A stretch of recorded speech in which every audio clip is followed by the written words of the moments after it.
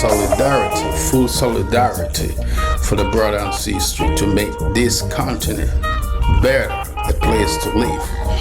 Because what's the sense for one to just spend years of learning hardware or software in a different choice they made and end up by getting nothing and stuck with their certification and nothing going on for them, of which they have to go out and look for better greener pastures, and most of them end up in Mediterranean Sea or different issues. And a brethren and sister must find a way to make home better so that our citizens, with all kind of choice that you made, should be valuable and should be used in Africa to develop our country, our infrastructure. We want to refineries because we have all kind of minerals in Africa, but we don't have refineries to make productivity and market strategically, economically, to bounce back the economy of African states, of which today a lot of things is taking place. I can see the progress, part of it. So I solidated with the people like Patrick Lumumba. Big shout out to the brother here, man, Captain Ibrahim Traore, who is making it now. The whole Africa being get by his motivational standard to see that the African work and fix their problem by themselves, govern by themselves.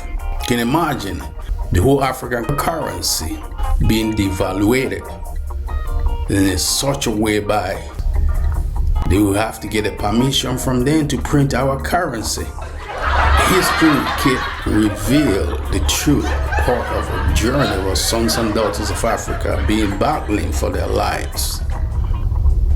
Today, we must indoctrinate our citizens in regarding this institution. What we learn academically, skills-wise, talented-wise, far back 1960, 70, they call us the third world. Russian and Asians were just like Africa, but today they're far ahead. You can see Indians, Brazilian, Africa, we are on the same boat, but right, they are ahead of us. But thank God, we got people like Captain Ibrahim Traore, who is lifting up the flag of standing to do it by ourselves. And we congratulate our allies by supporting the African states to be on their feet through by building the roads, hospital, electricity, medicinal for infection of all kind of disease. And we are the people. Without me, there will be no we. So it started from individual, have your impact being contributed. So, sons and daughters of Africa, we have seen so many things happen in our country. It is your turn, it is my turn to bring the leader that you understand that you can do for your country.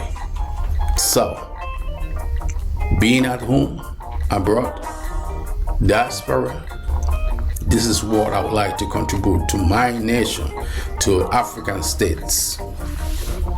All what is going on in Africa, sooner or later, it will be a thing of a past by God's grace.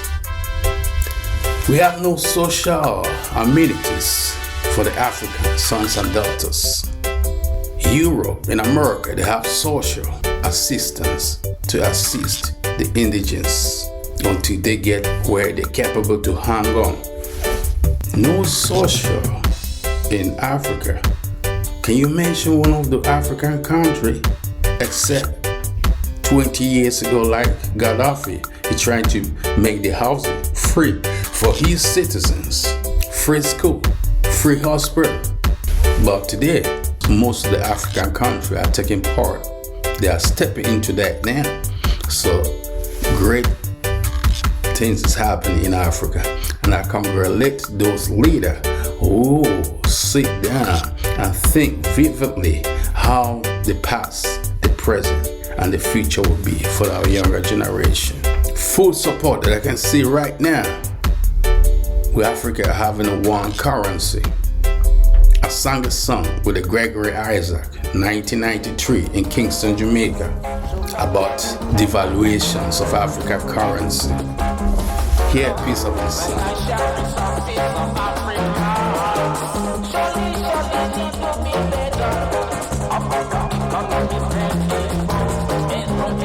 It looks like the dream is coming true. Thank God, Captain Ibrahim Traore, he turning that CFR to be a thing of the past.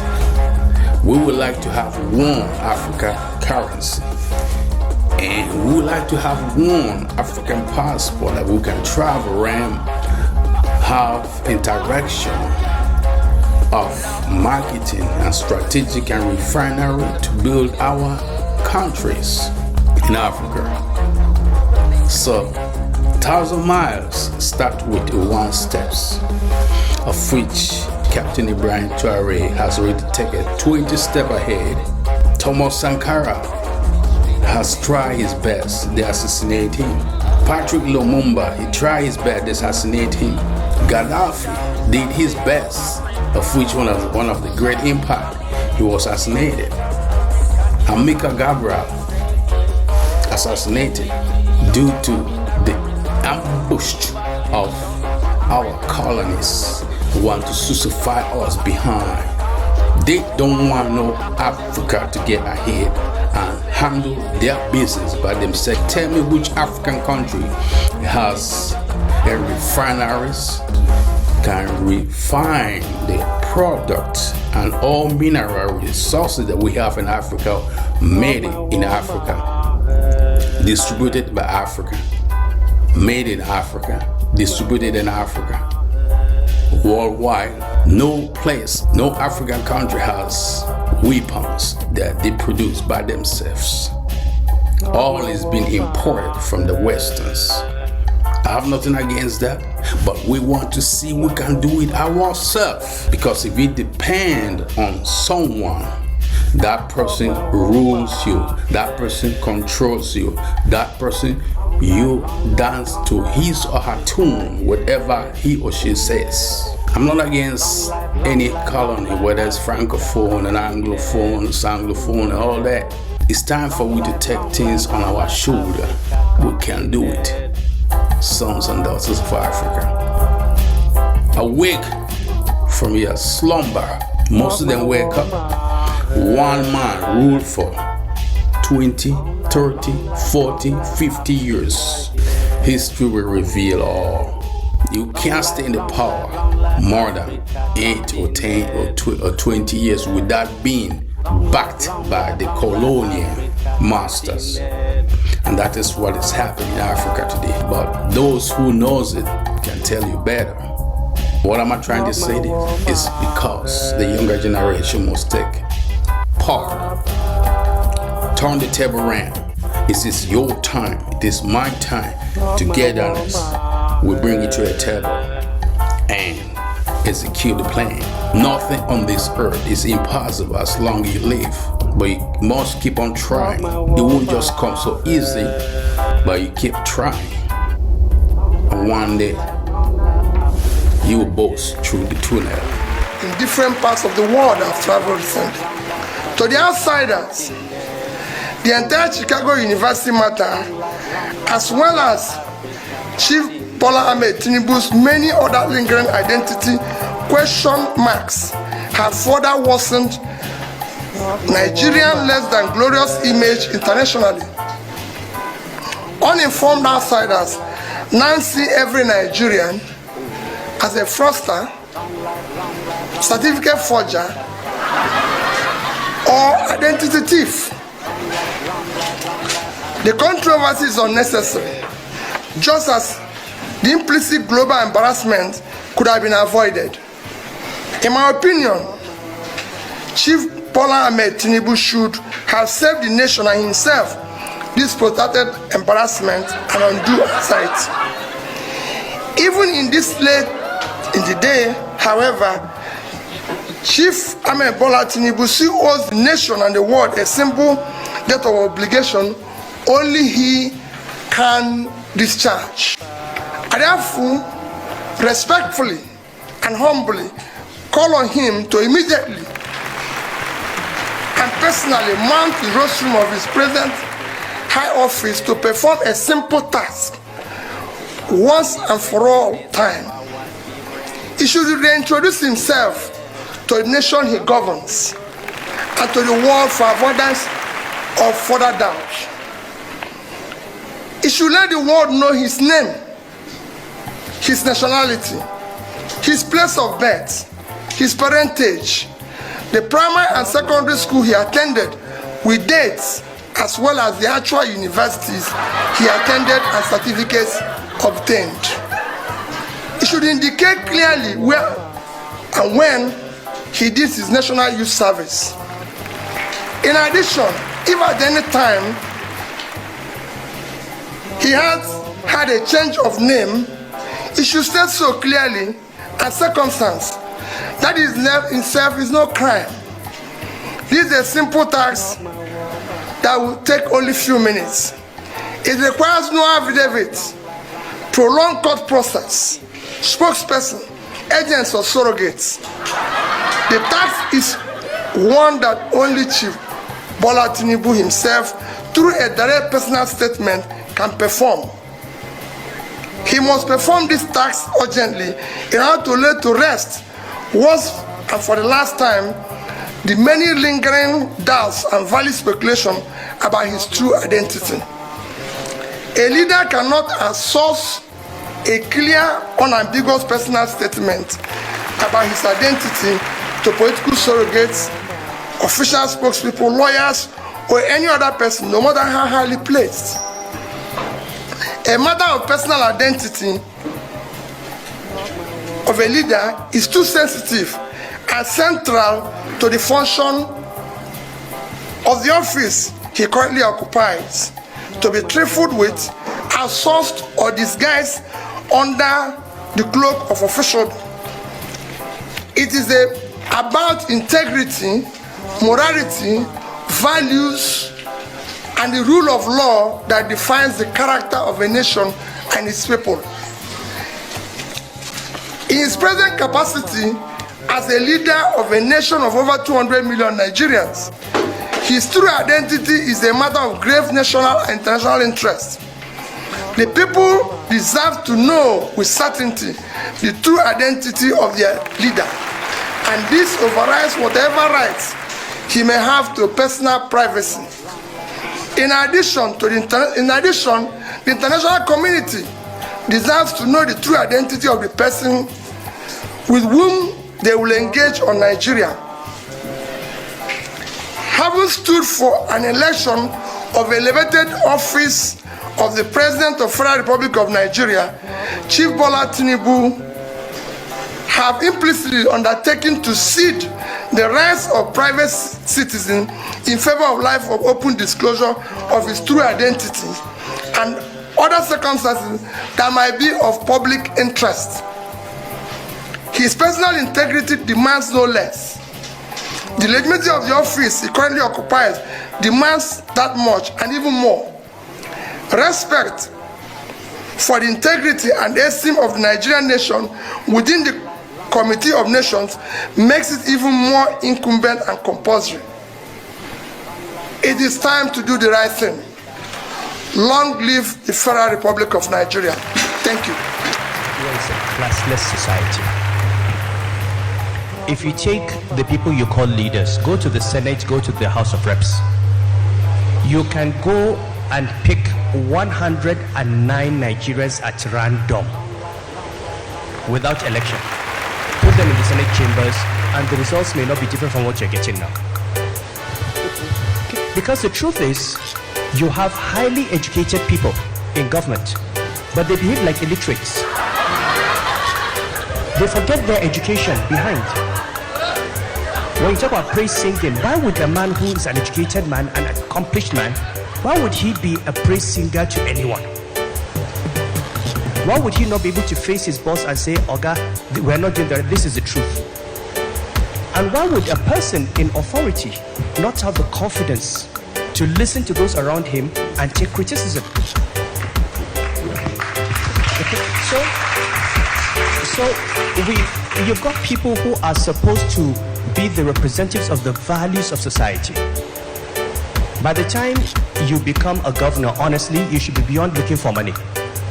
You have been given an opportunity to take care of the lives of millions of people, to educate children, to save lives, to provide health care, to build infrastructure. And all you are thinking of is a car, a house. I mean, are you that cheap?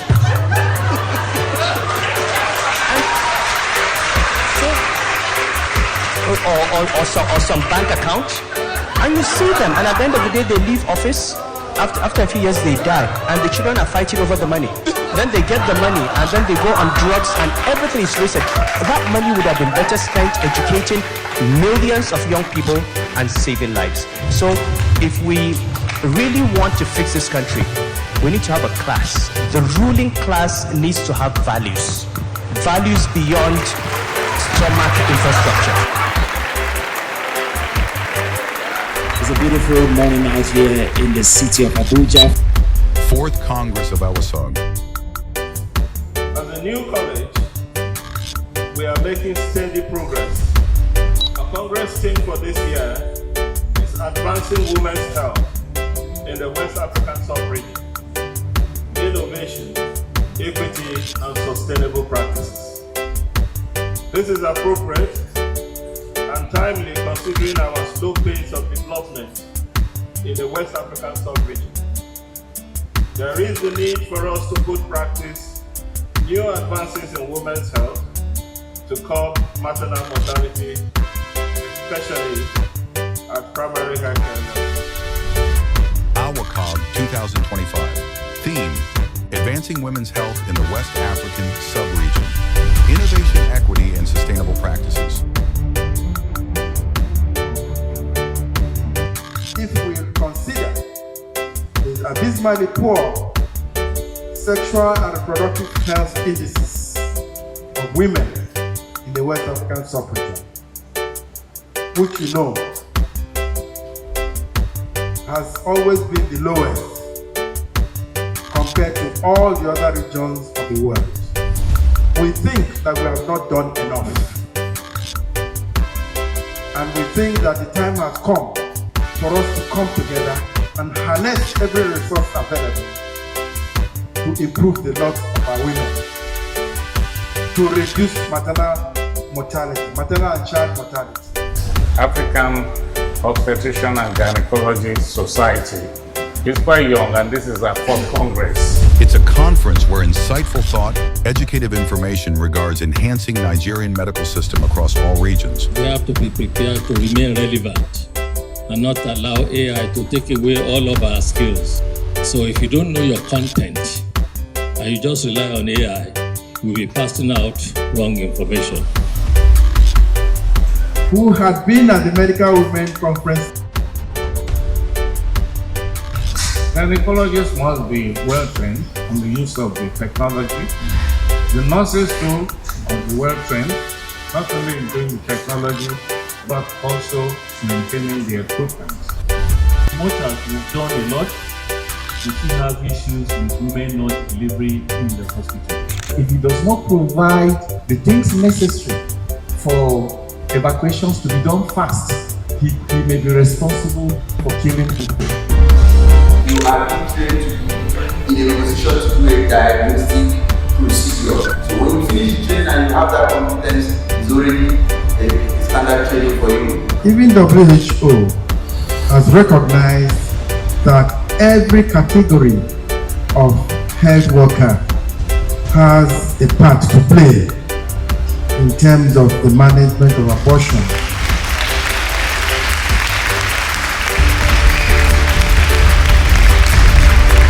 Every health worker should be in the vanguard of ensuring that the stigmatization of abortion is brought to a halt. It's my greatest pleasure to present to you this award of excellent performance in business management and philanthropy, 4th of September 2025 in Abuja, capital of Nigeria. Congratulations. First, to acknowledge and appreciate this award that has been given to him this afternoon. He would have been happy to be here and thank this body for their partnership in all his activity, particularly the medical outreach programs that he has conducted across several communities in Nigeria. Honorable Governor, Engineer A.A. Sule, we call him the engineer of modern Nasarawa State, who has exceeded all expectations. He's a doctor-friendly governor. Ladies and gentlemen, it is a profound honor to stand before you today at the 4th Congress of the Association of West African Societies of Obstetrics and Gynecology and the West African College of Obstetricians and Gynecology. I extend my deepest gratitude to Awaso and Wako for their tireless commitment to advancing maternal, newborn, and child health across the region. This gathering is more than a conference. It is a call to action, a call to confront the persistent and unacceptable rates of maternal and neonatal mortality that continue to challenge our health system in Nigeria. We are responding with urgency, vision, and resolve, which is the strategic compass targeting improved governance. Time and tide waits for women. For all of us who are following events, current events, in the country and in the state, know that the governor,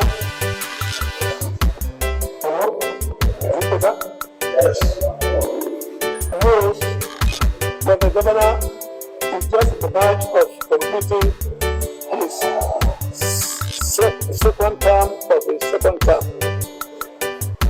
meaning he is 6 years to be in office, and God willing, after he would have served the state for the 2 mandatory terms of 4 years each, it is his prayer and our prayers that we will hand over the affairs of the state to whoever God chooses for us. But we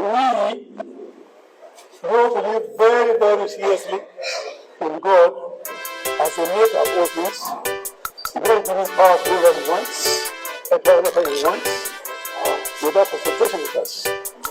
But the same God ordained us to ask him and go public with what we want. Let us go for what we want, ask for it, look for it, work for it.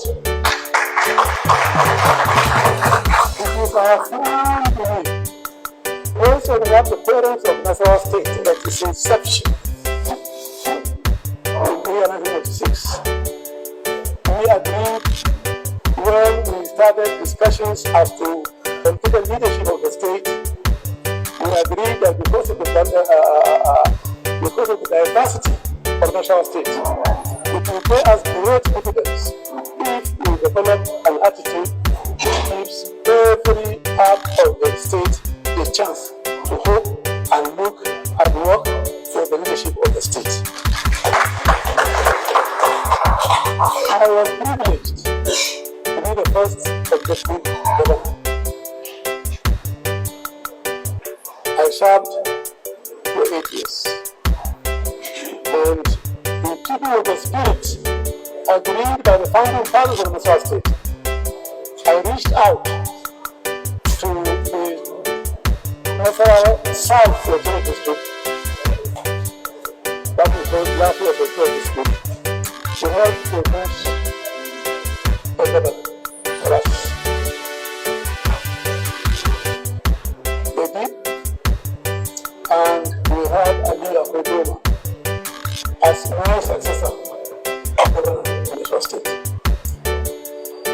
irrespective of what he voted, he didn't rule for the 8 mandatory years provided in the Constitution. He ran for 4 years. And in the ensuing second year, one of the aspirants who happened to come from Nigeria, in the first year of IGU, Adbloyt Abashi, for the governorship. And because we know Adbloyt Abashi has done the first 4 years, we are reluctant to follow. As we said, no, we promised to stay for only 4 years. And after he got the opportunity, he was elected not on the ruling party, PDP then, he came with his own party and he won the election. But somehow, it wasn't easy for him to relinquish power after 4 years. So we went on to have 8 years. That means that our brothers and sisters in Lafia, Secretary District, have ruled Nasarawa State for 12 years today. And in fairness to Adbloyt, he was very willing and we worked to have Nasarawa North Secretary District succeed him. And in Bashus, we have a brother here, who succeeded Adbloyt. He is in 6 years now, but he just finished 6 years and he's going to go for his 7th year and then 8 years in the grace of God. Somehow, people have started emerging from, particularly from Lafia Secretary District. And we have been patient waiting when we will start campaigning. It appears efforts have been made to overtake us. But we have established for ourselves that we want to do our what she was that we set up, the agreement that we had. This is what has compelled us to summon the meeting to alert our brothers and sisters that this is not a struggle for one person, for 2 persons, for 10 persons, for one local government. It's a struggle for all of us.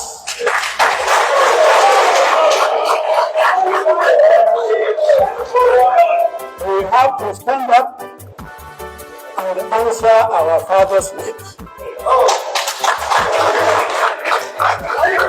I say without any provocations whatsoever,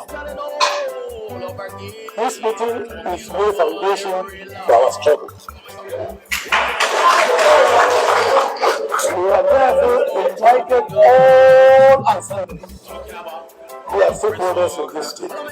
For those who are local government chairman, party chairman, executive chairman, speakers for the various local governments, special advisors, special assistants, senior special assistants in the state,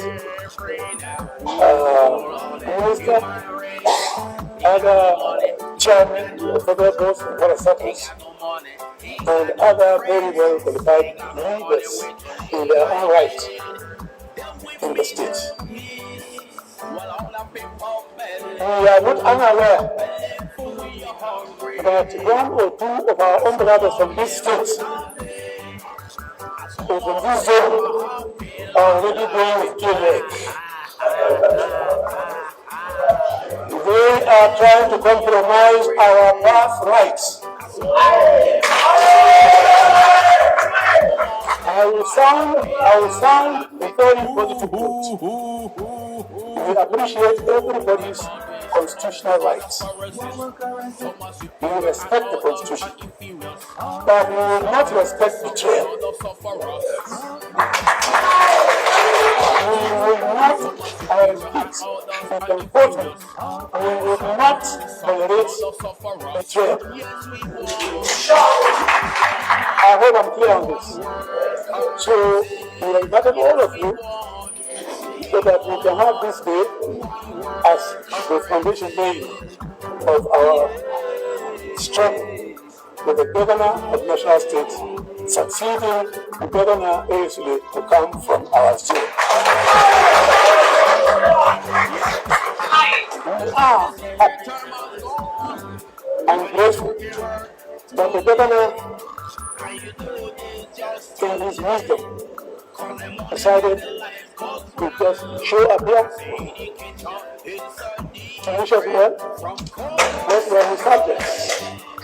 What we want is what he also wants the stability of the state. We believe the operation we are doing has helped the state to maintain political stability. Anybody who is working to destabilize that is working to destabilize the state, and we will say no.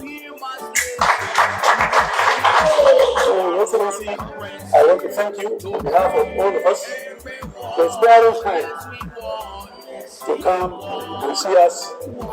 This is not everybody come one meeting. These are very select people who have held political offices in the past, and who are ready now.